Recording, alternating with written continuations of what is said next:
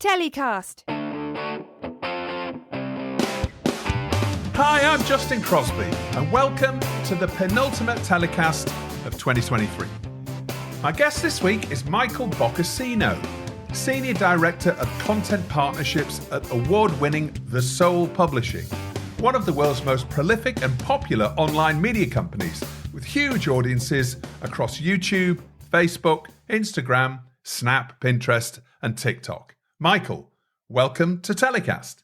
Thanks, Justin. Thanks so much for having me. And it's wonderful to have a guest from LA again. It's a little while since we've had anybody on the west coast of the States. How's things over there? I keep seeing various things in the press about extreme weather events this year in LA. Is it all still there? Is it everything's still holding together in LA? Still standing. It's actually been quite a mellow winter so far. Normally we have a string of wildfires, but we had such great rains this season. It's been lovely and sunny out, and I'm sitting here sipping my cup of coffee, having this lovely day as we're chatting.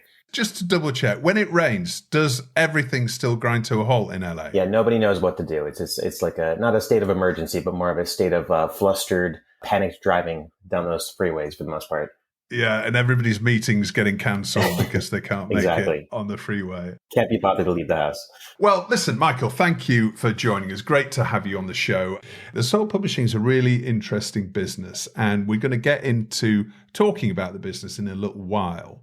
But before we do, I like to start the show and have a chat with our executive guests about their career journeys and how they've got to where they are. Now, you're Senior Director of Content Partnerships at TheSoul Publishing. So tell us about your career so far, how you got into the digital first and the content space. What's your background? I got my start at Disney. I grew up in Orlando, Florida, or nearby in Orlando, Florida, where I was going to school. And so my very first taste of the digital business was at Disney, basically updating their websites with new copy and eventually producing websites and videos. From there, I ended up taking a job in New York with a company called Buddy Media.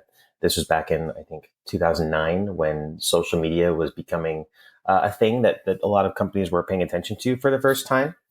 And Buddy Media was launching this SaaS platform to help advertisers run campaigns on this new thing called Facebook. We were launching Facebook tabs, if you remember what Facebook tabs were like back in the day, these little microsites that lived on Facebook.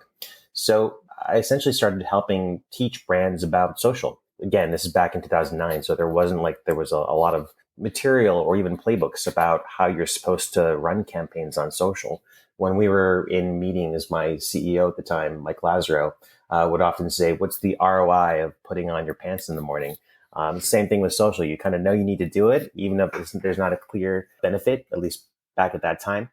So we were kind of making it up as we went along, and the company eventually sold to Salesforce for about $800 million. And I ended up cashing out my options, packing my bags, and heading west to LA. And that's when I got started in the media industry and kind of pivoting from social media into digital media when I started working at BuzzFeed. They were opening up their office in Los Angeles, and I pivoted from teaching brands about social to working with partners like Facebook and Snapchat and YouTube, and really owning those partnerships from a media perspective in terms of identifying new ways to work together and new types of content formats to launch. And I've been in that space ever since. I've been at TheSoul for about 3.5 years now, really helping identify new partnership opportunities, new ways to monetize. And for the last, I guess, year and a half, almost 2 years, we've been pivoting from social to streaming content and taking a lot of the learnings and a lot of the content that we've developed for social and finding new ways to distribute it across streaming.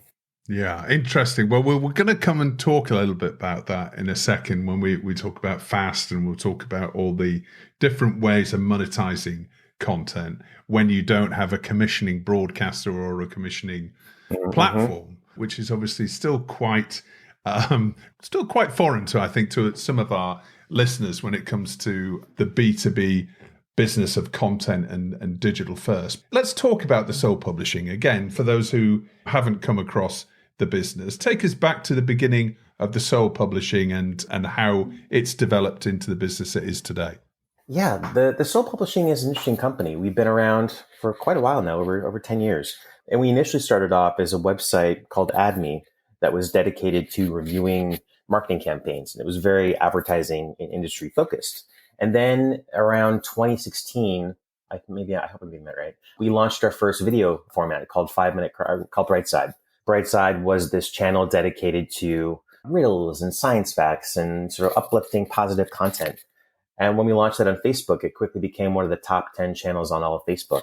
Quickly, 5 Minute Crafts followed, which is a DIY crafting channel. We're now the number one digital crafting brand in the world. And as a whole, TheSoul Publishing has about 2.5 billion followers across all of our different brands and channels. And we get about 25 billion views per month. Wow. Let's just pause for a second. There. 2 billion. It's a staggering number. Yeah. I mean, when everybody talks about social media and successive channels, everybody talks about big numbers. But that is an extraordinary number. 2 billion followers. And that's across, whether it be Snapchat, Facebook, or all the other digital platforms out there. That's an extraordinary number. That's got to be one of the most followed digital publishing brands in the world, surely. If you look at online traffic or online video views across Facebook, YouTube, TikTok, and what have you, we are the number one digital media company in the world, surpassing Disney and Netflix. And obviously, there's a different type of view on social versus on streaming, but we do have a considerable following across all the platforms. And we really cracked the code on what works on social. Perhaps your best known brand is 5 Minute Crafts, right? And that is something that... Explain 5 Minute Crafts to us for those who haven't come across it. So 5 Minute Crafts is a crafting channel where you could find videos about life hacks, at-home decor projects. For example, taking a old car tire from your garage and transforming it into a coffee table. At the same time, you could find great tips for basic kitchen hacks, like the best way to peel an avocado, or those are the kinds of things you'll find on 5 Minute Crafts. It's a very diverse mix of content featuring more aspirational crafting projects to simple life hacks you can use at home. Presumably that started on YouTube, or did that start on Facebook? Tell us about the journey of that brand in terms of the different platforms and where it performs best. We started off on Facebook for the most part with Brightside and 5 Minute Crafts. And once we sort of established that Facebook, we were really crushing it on Facebook. Both of those channels were top 10 and still are. We pivoted to YouTube, and that's where our platform really started to grow. A lot of our formats are translated into the different languages. So we quickly started figuring out that there was this massive global appetite for the kind of universal content that we were creating. So on YouTube, we grew from 5 Minute Crafts to also launching kids crafting channel, Slick Slime Sam. We also launched a teen comedy channel called 123 Go, and just continue cracking these formats that really resonated with users on YouTube, but also on Facebook and Snapchat and TikTok. So we just kept going and we keep identifying new ways to connect with our audiences. We recently launched a number of kids animated channels, including Baby Zoo, which is one of the fastest growing kids channels on YouTube Kids. So we're continuing to identify new formats all the time. When it comes to production then of original content, because I'm presuming it is all original content that's across your channels, do you license anything in, or it's all your own? We do license occasional pieces of content, but for the most part, everything you see on our channels is produced at one of our 3 studios in Limassol, Budapest, and Riga, Latvia. That shows the international nature of your business as well. Now, it was actually formed in Limassol in Cyprus, wasn't it? Tell us the background of that. Correct. Yeah. The company is headquartered in Limassol. We have a massive production enterprise there with studios on the ground. And we are technically a fully remote company. Obviously, we have our content studios that are producing all of our videos. But when you look at a video from TheSoul Publishing, it may be scripted by someone in New York, voiced over by someone in London, and then edited by someone in Los Angeles. So it really is an international production. And I think that gives our videos a very unique global flavor, which is one of the key ingredients for their success. When you're shooting some content, let's say in Limassol, and you're producing it obviously for maybe 4 or 5 different platforms, potentially, maybe more. How do you go about doing that when it comes to ensuring that the content is native to the platform that you're producing on? So, for example, if you've got a Snapchat video, are you using phones as well as digital cameras to capture that content? Are you shooting it in vertical? Yeah. How does the production of that content actually work? Because the amount of content that you're publishing and the number of followers that you have. Obviously, what you're doing is working. So I'm just interested to understand the production process, if you like, that leads to such a successful brand. It's such an interesting question because coming from a place like BuzzFeed, where back in the heyday, there were multiple regional offices around the world that were shooting different types of content for YouTube versus Snapchat versus Facebook, and then also having regional content teams. At TheSoul, we approach it a little bit differently, and I've really come around to changing my sort of perspective on the way that content is made, because we will shoot a single video for 5-minute crafts that's, produced in a way that we could convert it easily to vertical or horizontal. But then we'll take that piece of content and use that same core footage across every platform. We might modify them for, in different ways, where on TikTok, we'll use the TikTok text box. On Snapchat, we use a Snapchat filter.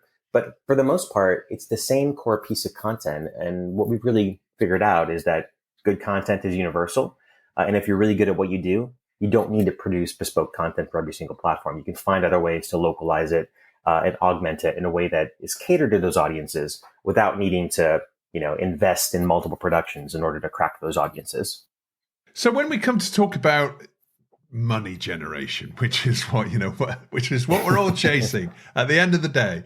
Okay, you have big audiences, and that's great, but that sort of ad revenue only goes so far, doesn't it? There's always different ways to look at new revenue streams, particularly when you've got as many successful brands as you have.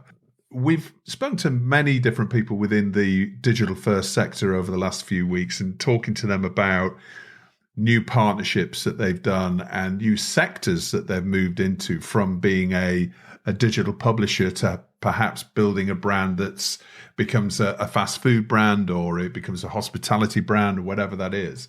Tell us about all of your brands that are now starting to move into different sectors, and maybe you're starting to license your successful brands into new areas. Tell us a little bit about that. Yeah, it's exciting because we have predominantly been a company that was focused on scale. We're looking to grow these massive audiences, which we would then activate for monetization through the programmatic advertising models that exist on YouTube and Snapchat. And now that we have that massive audience, we're certainly looking ahead to what's next. One of my biggest focuses of the last couple of years, like I said before, is streaming and taking our videos and repackaging them into longer episodes that are suited for the Rokus and the Samsungs of the world. And then most recently, we've started experimenting with licensed products. We have a new crafting kit that just launched at Walmart. It's on stores right now for the holidays, which we're very excited about with our partners at Emson. So we're starting to figure out how to take the formats that we've cracked on social and try to unlock new ways to engage with those communities that we've built in different ways. Coming back to the repackaging of content for new streaming services and fast channels. I mean, fast has been the buzzword of this year pretty much, or certainly the last 18 months when it comes to the content industry, as well as AI. And we'll come on to talk about AI. There's no conversation with a content industry exec would be complete without discussing AI at some point, but we'll park that for a second and come back to it. So fast channels, but also licensing of your own original content. Let's look at that first of all. So when it comes to licensing your own content, the areas that you're talking about, particularly since COVID, have become very, very popular when it comes to crafts and people thinking about upcycling, for example, and this sort of content that is very, very useful and educational with a small e. Is this something that you've looked at, building your short form content into longer form and then licensing that into traditional linear networks? Is that something that you're focusing on? Or are you very much focused on keeping your own channels and building your own channels with new fast partners like Samsung TV Plus, and you mentioned Roku and other platforms? It's certainly been the latter. When we first started having these conversations, it was hard to sort of get anyone to pay attention to us because we were viewed as a social content studio that didn't really have much to do with streaming.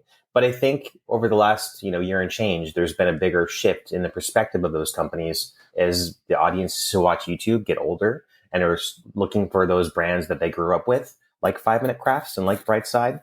There's certainly been more interest from the streamers in taking on content like ours. And you can see that in a platform like Roku, where they now have a creator carousel on their homepage where you can find content from your favorite YouTube creators. So there's been a shift. And we certainly noticed that when we get our content on these platforms, it performs just as well as it did on YouTube because we've created stuff that people like to watch. From our perspective, it's been a very positive experience. And there's only been growing interest in the kinds of content we're making from the streamers as they look to be competitive with younger audiences. So in terms of your own branded channels, is that something that's perhaps in the future, or is it more individual shows that you're looking to place and license as opposed to building your own 5 Minute Craft channel, for example, on a Fast channel? So we've been mostly focused on the single IP channels on Fast. So we have a number of channels on VOD, on Roku and platforms like that. For Fast, we're on Samsung, we're on Rakuten, we're on Kadoodle and Sensical and a number of other places. Our Fast channel for 5 Minute Crafts was recently nominated for Fast Channel of the Year at MIPCOM. So we've made a pretty good splash and we're getting good views. I think the thing that we're constantly trying to navigate is just the volume of other players that are in the marketplace. It's just such a competitive space right now, and you have to have a clear competitive advantage of what you're making and why you think audiences are going to be able to discover your content on their platforms. And do you think these new opportunities when it comes to the streamers and other businesses out there who are interested in your content, is that going to change your development processes to creating new brands, do you think? And also how you're shooting it as well? Because it might add another layer. For example, You might want longer form content than you've actually ever produced before for a particular outlet or a particular platform.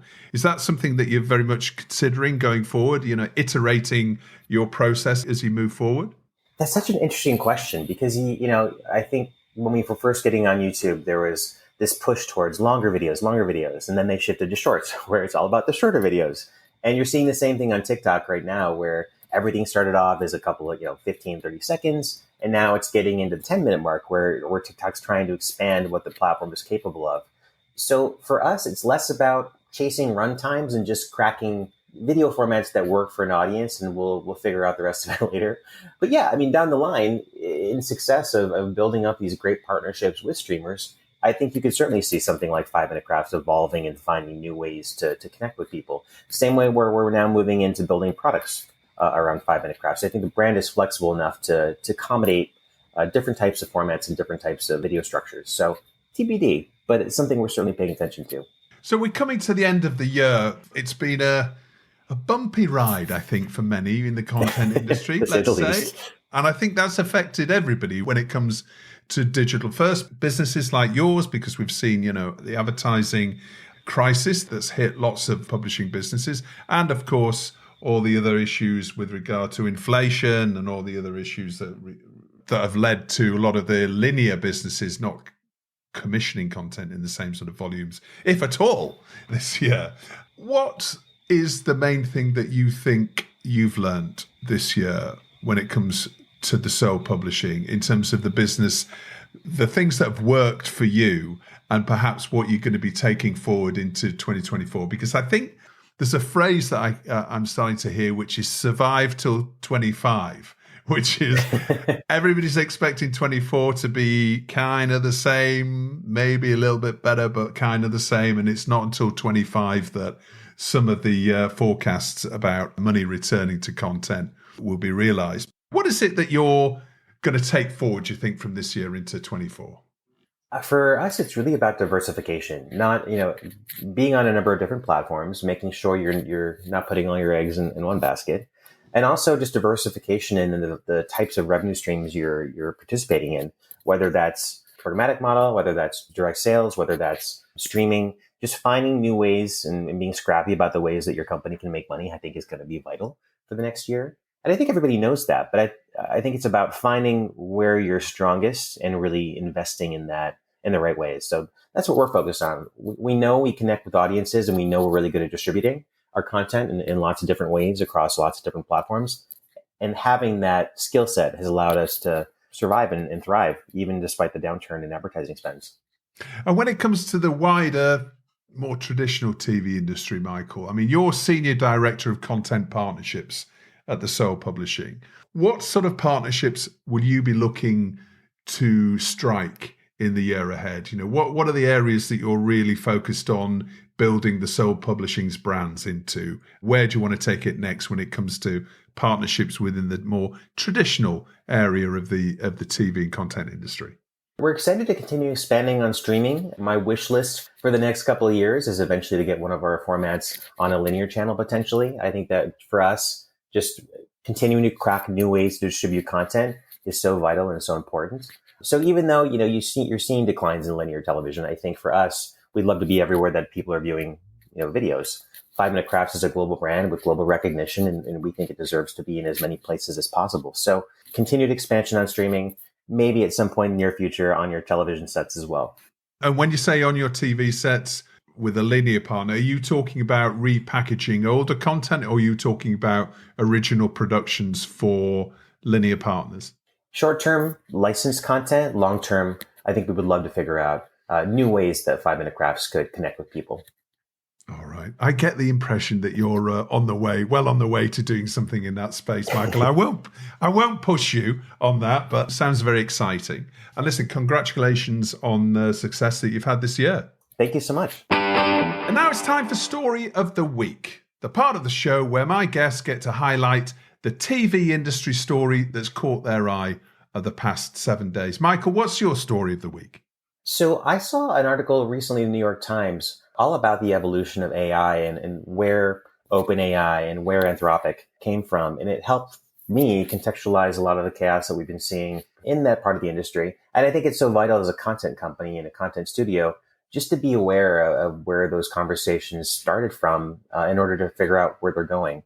As a creative company that produces video content, we have a large team of creatives, and I'm always conscious of, how we're going to move forward and be competitive when there's so many changes in the air. And for me, sort of understanding in this article, the genesis of OpenAI is this conversation between Elon Musk and Larry Page, and this divide between, human creativity and all the different advances we're seeing in AI creativity. For me, it was really a really great summary of how we got to where we are today.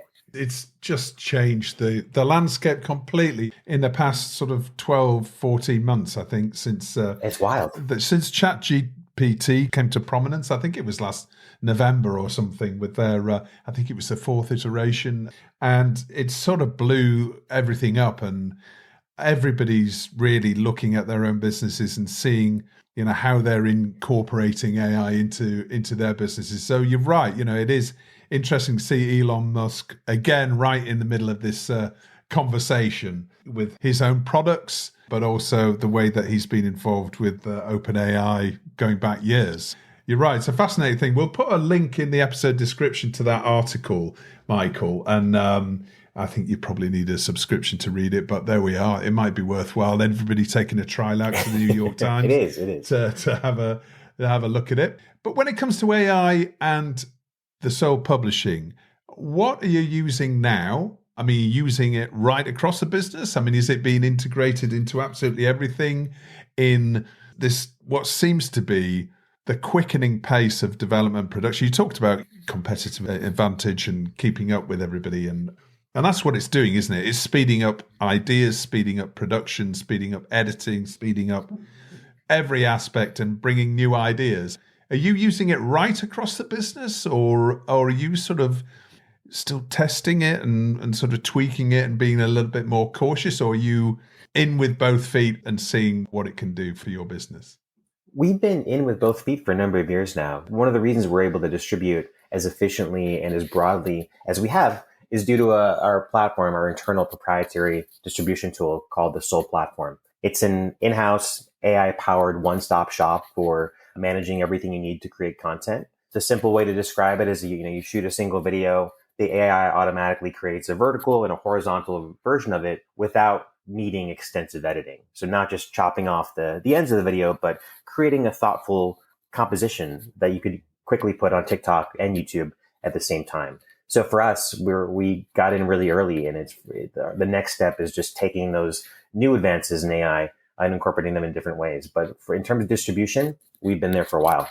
I'm not churning out the amount of video that TheSoul Publishing is, but I came across a tool which Jason from the Connected Set pointed out on one of our older episodes when we did the top 10 tools for producers, which is probably out of date now.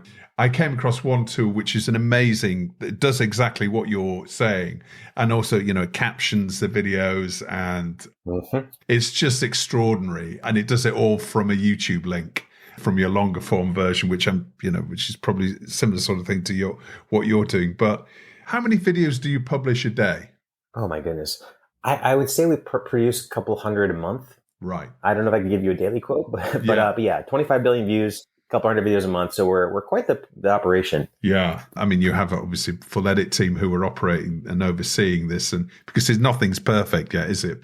That's the thing. It's a good creative tool. It's not a replacement for human ingenuity, but it can help them work faster and more efficiently and open up new ways for them to do cool things. When it comes to next year with AI, if we're talking in a year's time, is there any particular aspect of your daily business that you think will be transformed even further by AI? Or do you think it's just going to be a general sort of speeding up and efficiency drive across every aspect of what you're doing?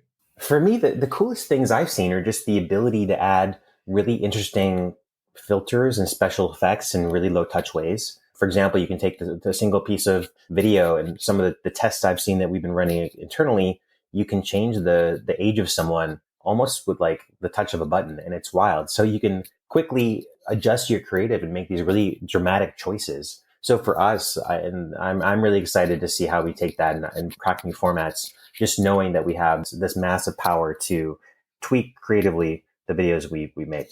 And what about AI avatars and using it for speech translation? Obviously, a lot of people are doing that now, and dictation and everything else. But when it comes to videos and creating characters and avatars, is that something that you've done? Is that something that you might do in the future? Funny you should ask. We actually launched a virtual avatar pop star called Polar last year, maybe even 2 years ago at this point. And she's got 2 million followers on YouTube, 2 million followers on TikTok.